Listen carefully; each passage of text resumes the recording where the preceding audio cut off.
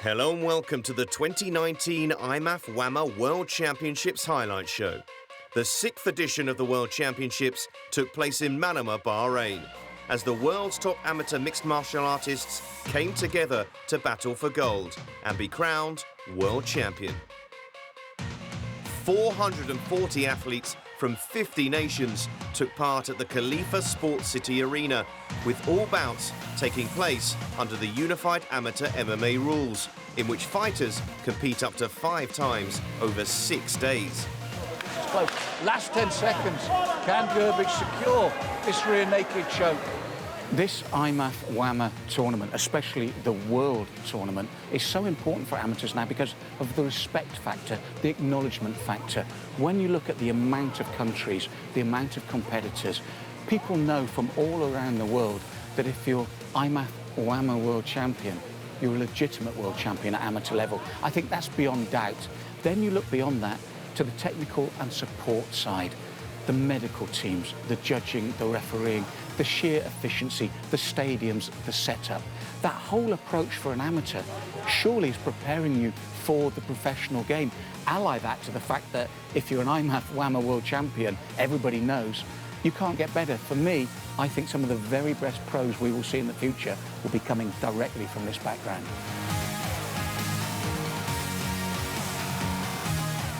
This year we're much bigger, much better than last year, so it's another, say, 100 athletes. You will now see that every athlete will have their country code and they will have their surname on the back of the rash guards.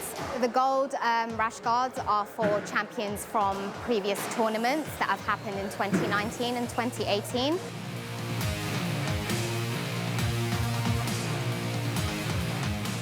So these are the 7-ounce gloves. That's what we use here at IMMAF.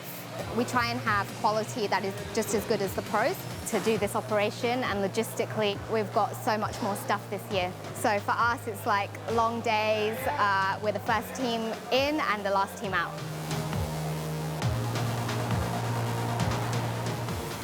There's a big team here, big team of officials.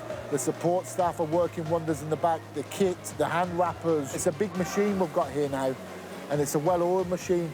There's a lot of dedicated people putting in a lot of time to get this to where it's got to today, and I'm immensely proud and watching this grow and nurture. It's one of the favourite things that I do in MMA, and I look forward to it every year.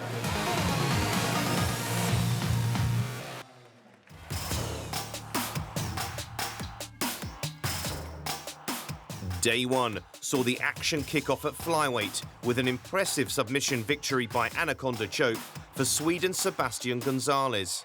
And Al Harthy needs to work out this position. Gets to his knees beautifully. Al Harthy might try to get to his feet here. Disengage the head, however.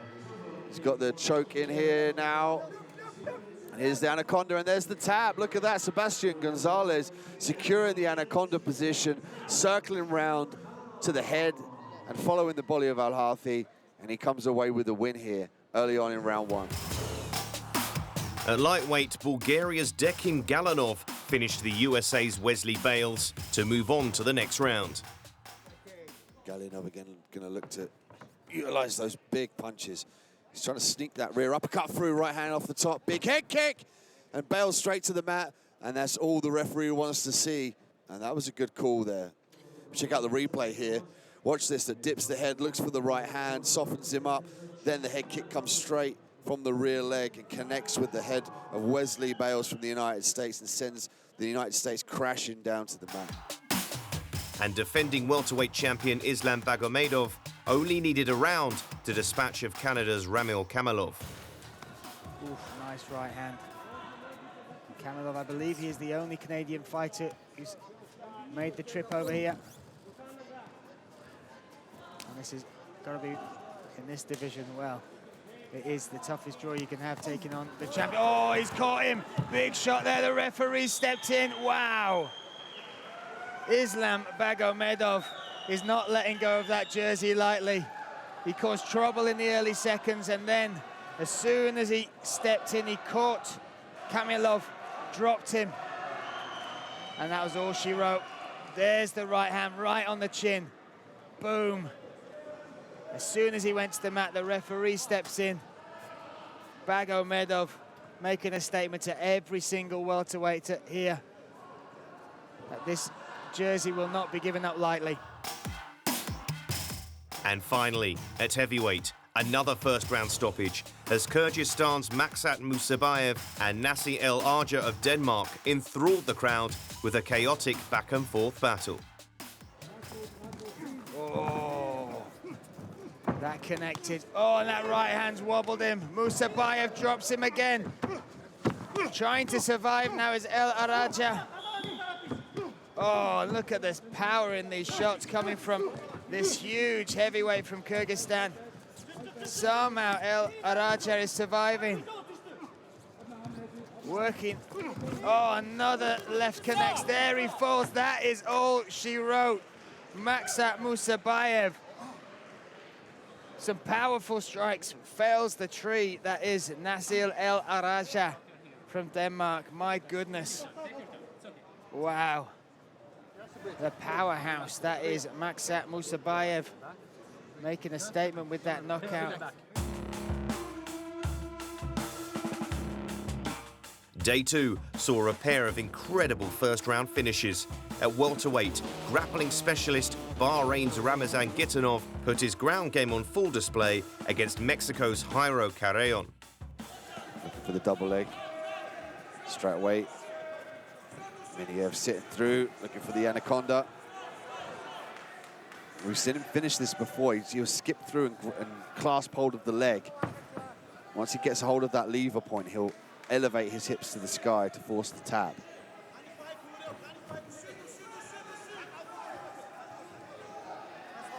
Watch him to secure this. Now he's going to try and skip through and clasp one of the legs.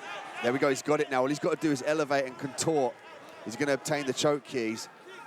Really driving to the sky. Miniev is tapping here, and it's all over. Ramazan Gitanov with the anaconda variation there. See there, he's got the grip, the figure 4 grip, the arms trapped, the arms across the head, he's trapped the right leg of Miniev. And he'll squeeze his elbows together, and he'll use the leg as a fluctuum to force his hips to the sky. And at bantamweight, after taking the action to the canvas, USA's Hector Miro put Lebanon's Hossein Rayed to sleep with a tight triangle choke. Here's the armbar attempt from Miro. He's just got to force the arm down now. Hyperextensions of the joint here. Big slam from Rayed, punches from Rayed. He's got to get his hand out of this position, though. He's got to stack Miro and drive his elbow out of this position here.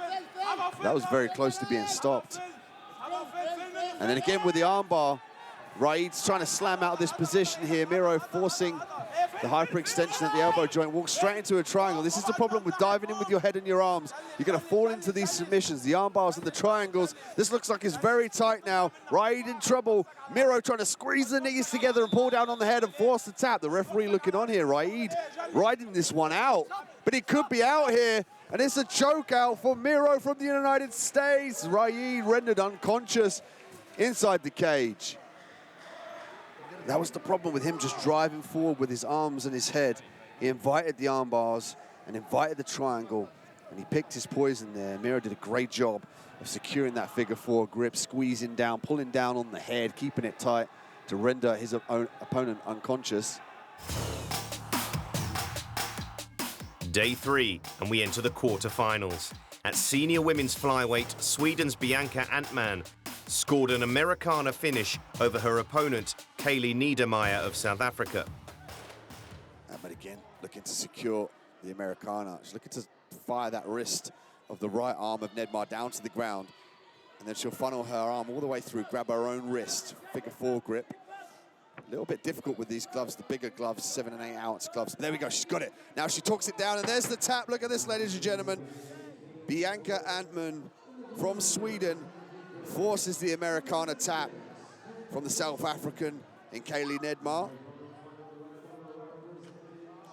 Did a great job of working from the top, staying heavy from side control, and really pinning that wrist to the mat to force that submission. An impressive win from the Swede in Bianca Antman. In the men's flyweight division, Kazakhstan's Yernes Musabek scored the submission of the tournament, finishing the highly touted home fighter Bahrain's Mansour Magomedov by Gogo Plata. He's got that foot underneath the neck. He's pulling down on the head. Is Mansour, is he asleep? Is he out? He's out, wow! He is out. What a finish, Yilmaz Musabek. A Gogo Plata finish. We talk about levels, skills, 2 first-round submissions, and that a highlight reel one that will be seen around the world by that man, Yilmaz Musabek. And at heavyweight, Kindra Krejčar of the Czech Republic battled from behind in his bout against Julius Gabel of Germany to score a highlight KO. Kindra just trying to prevent the takedown here, but here's the punches. Nice left hook from Krejčar. Oh, spinning back fist here. And the ground and pound, the referee is sending us. What a turn of events here. The blue corner in Dindrich Kendra turned round the fight at a moment's notice with a spinning back fist. And what a turn of events. I mean, this is what makes mixed martial arts so exciting as we look at the replay again. Look, the barrage of punches. Left hook stuns Gebel. And Krejčar looking to spin around and just finish with that spinning back fist. He fires that right hand, which puts him a little bit off base and off balance. But he still proceeds to follow up with the ground and pound. Coming up after the break, the final day of competition at the 2019 IMMAF WAMA World Championships as the finalists go head-to-head.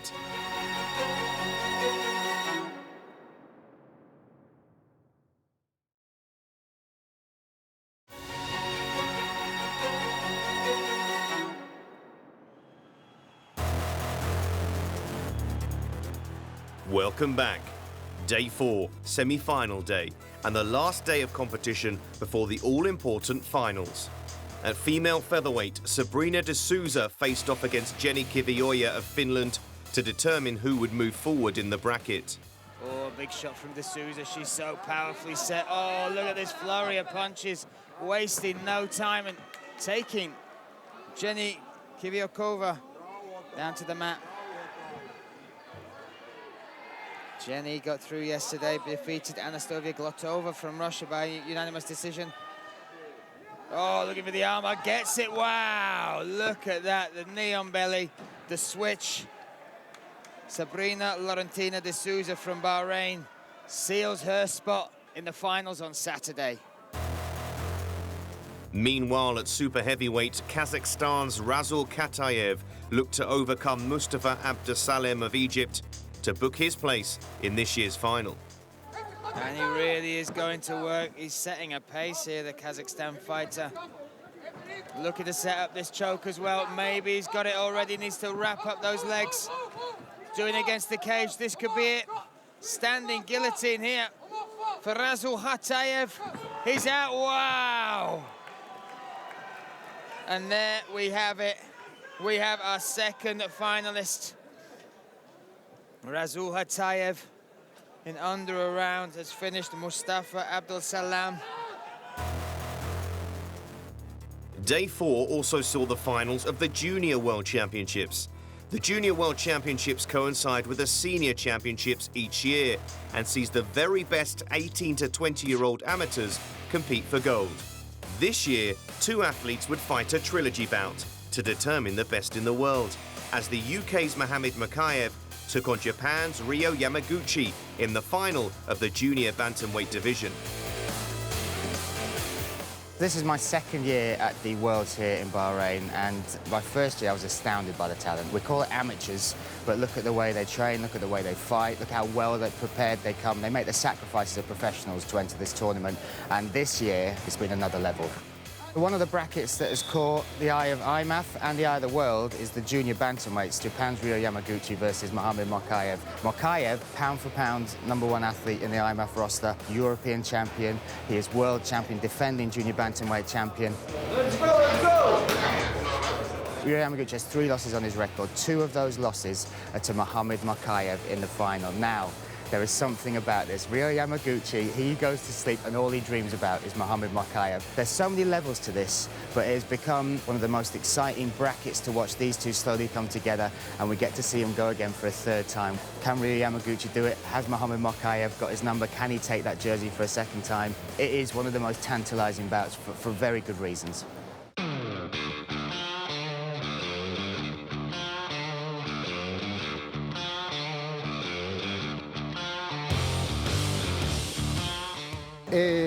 去年レオは初めて IMMAF の試合に出て、モカエフと当たりました。それでこれが世界なんだと、世界のレベルなんだと初めて感じました。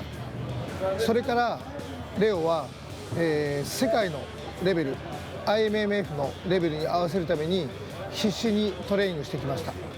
この試合でレオが勝つことは彼の人生の大きなターニングポイントになります。必ずこの試合に勝って世界一の男になります。Obviously today we've got the third fight between Ryo and Mokaev. The fact that it's happened 3 times now just shows that this is the #1 and the #2 bantamweight in the world. For me, I think it's going to be business as usual. I don't think Mo's ever lost a round to Ryo, and I think we've got his number and we're going to beat him again today. It's going to be an exciting fight. But to be honest, we're expecting a good victory from the champ, and he's ready to go and show everyone why he's the biggest draw in MMA right now.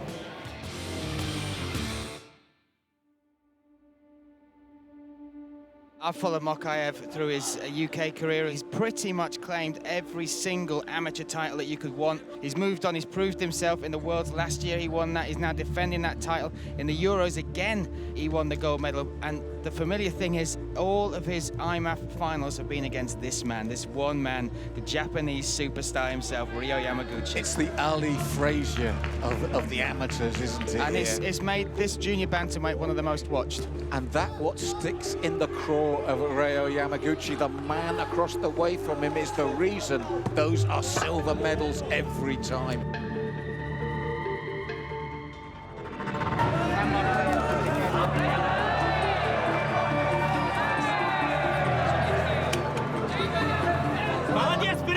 Nice control now, Mo. Seatbelt when you're ready. Left hook if it's there. タッチに行くぞ。ケージ使ってタッチに行け。時間はある、時間はまだ1分40ある。一回背負っていいから、ケージ背負っていいから。そうそうそうそう。ナイスナイス。Last 30. Let's go.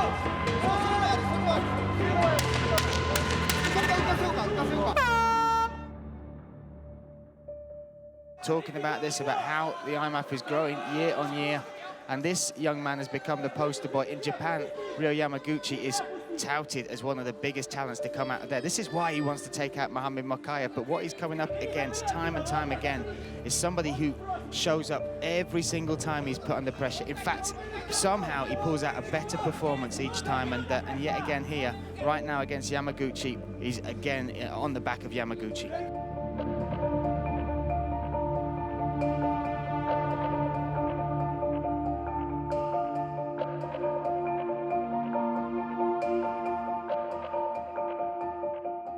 Every single time we open this tournament, we break records and new athletes emerge. This is what makes it so exciting. And if you are an MMA fan, it's all here, and I can't wait to see what happens next year and beyond.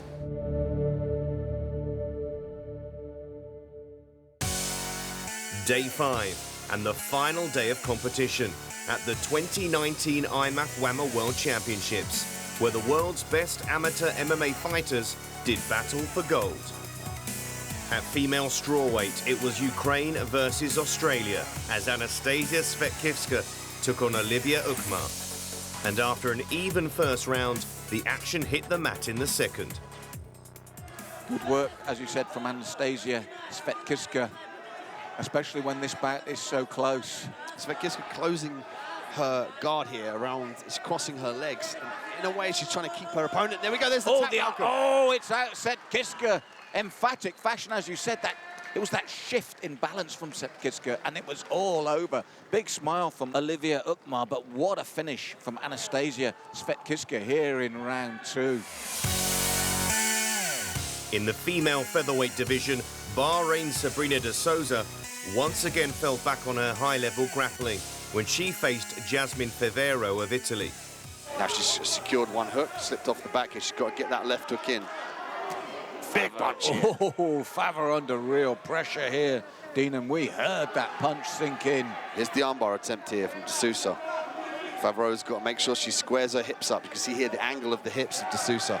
Now Favreau is a little bit more safer from the armbar. She's got to defend the triangle now. And the triangle defense is, the key is posture.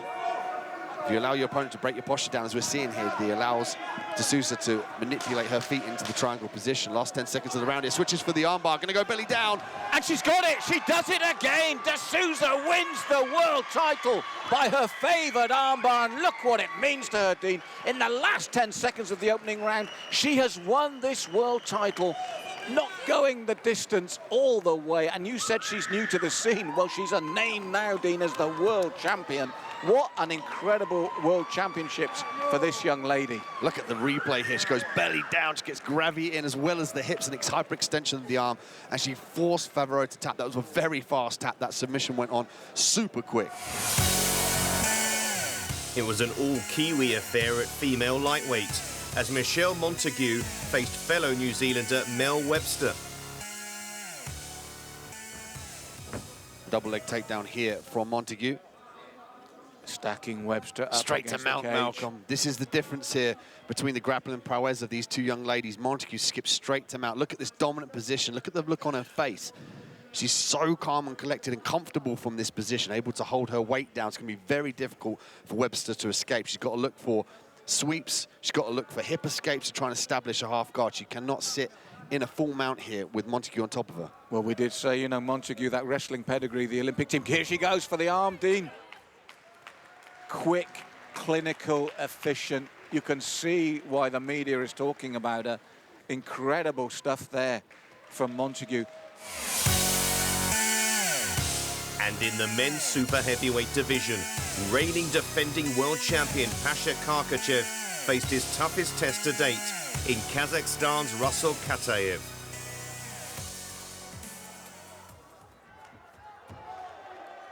Oh, Pasha disdain there as he pushes him past and throws the shot.